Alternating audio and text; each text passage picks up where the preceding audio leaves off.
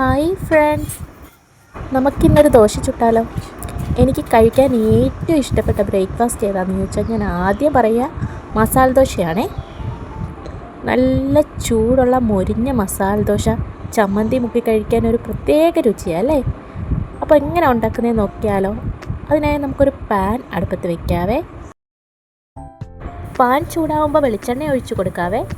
തിളച്ച വെളിച്ചെണ്ണയിലേക്ക് കടുക് ഇട്ട് കൊടുക്കാം. കടുക് പൊട്ടി കഴിഞ്ഞതിന് ശേഷം തുവരപ്പരിപ്പ്, കറിവേപ്പില, പിന്നെ കുറച്ച് ഉള്ളി. ഇനി ഇടുന്നത് ഇഞ്ചി, വെളുത്തുള്ളി, പച്ചമുളക് ചതച്ചതാണേ. ഒന്ന് ഇളക്കി കൊടുത്തതിന് ശേഷം നമുക്ക് വെജിറ്റബിൾസൊക്കെ ആഡ് ചെയ്യാവേ. ഞാൻ ഫസ്റ്റ് തക്കാളിക്ക ഇടുകയാണേ. അപ്പോൾ തക്കാളിക്ക, പിന്നെ ലേശം ബീട്രൂട്ട്, അത് ഞാൻ ചോപ്പ് ചെയ്താണ് ഇടുന്നത്. പിന്നെ ക്യാരറ്റ് ഞാൻ ഇടുന്നുണ്ടേ, സെയിം ചോപ്പ് ചെയ്ത്. ഇങ്ങനെ ഇട്ട് പെട്ടെന്ന് വെന്ത് കിട്ടും കേട്ടോ. നന്നായിട്ടൊന്ന് മിക്സ് ആക്കി കൊടുക്കാവേ. അപ്പോൾ നന്നായിട്ട് ഇളക്കി കൊടുത്തതിന് ശേഷം ഉപ്പിട്ട് കൊടുക്കാം. നമുക്ക് രുചിക്ക് ആവശ്യമായിട്ടുള്ള ഉപ്പിട്ട് കൊടുക്കാം കേട്ടോ.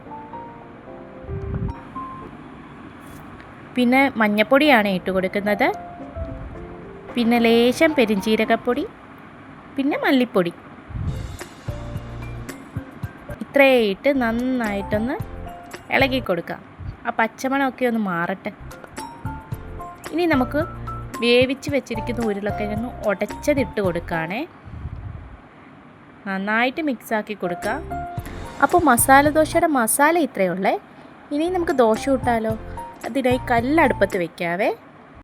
അതിനായി എണ്ണ തടവി വെള്ളമൊക്കെ ലേശം തളിച്ചു കൊടുക്കുന്നുണ്ടേ. ഇനി ദോശ ചുടാം. നല്ല വലുപ്പത്തിൽ തന്നെ ഇരിക്കട്ടെ. നന്നായിട്ട് നമുക്കിങ്ങനെ വലുതാക്കി കൊടുക്കാം. ഇങ്ങനെയുള്ള ഓട്ടകളൊക്കെ ഉണ്ടാകും കേട്ടോ, പക്ഷെ കാര്യമൊക്കെ ഉണ്ട്. ഇങ്ങനെ നമുക്ക് അടച്ചു കൊടുക്കാവേ. അപ്പോൾ ദോശ ഒഴിച്ചതിന് ശേഷം നമുക്ക് കുറച്ച് നെയ്യ് ഒഴിച്ചു കൊടുക്കാം കേട്ടോ. അപ്പോൾ നന്നായിട്ട് ദോശ മൊരിഞ്ഞ് വരണം, വട്ടി പോലെ ഇരിക്കണം. ഇനി കുറച്ച് മസാല ഉള്ളിലേക്ക് വെച്ച് കൊടുക്കാം. എന്നിട്ട് ഇങ്ങനെ മടക്കി കൊടുക്കാവേ. ഒരുവിധപ്പെട്ട എല്ലാവർക്കും മസാല ദോശ ഉണ്ടാക്കാൻ അറിയാം, പക്ഷെ ഞാൻ ഇങ്ങനെയാണ് ഉണ്ടാക്കുന്നത്. അപ്പം താങ്ക് യു.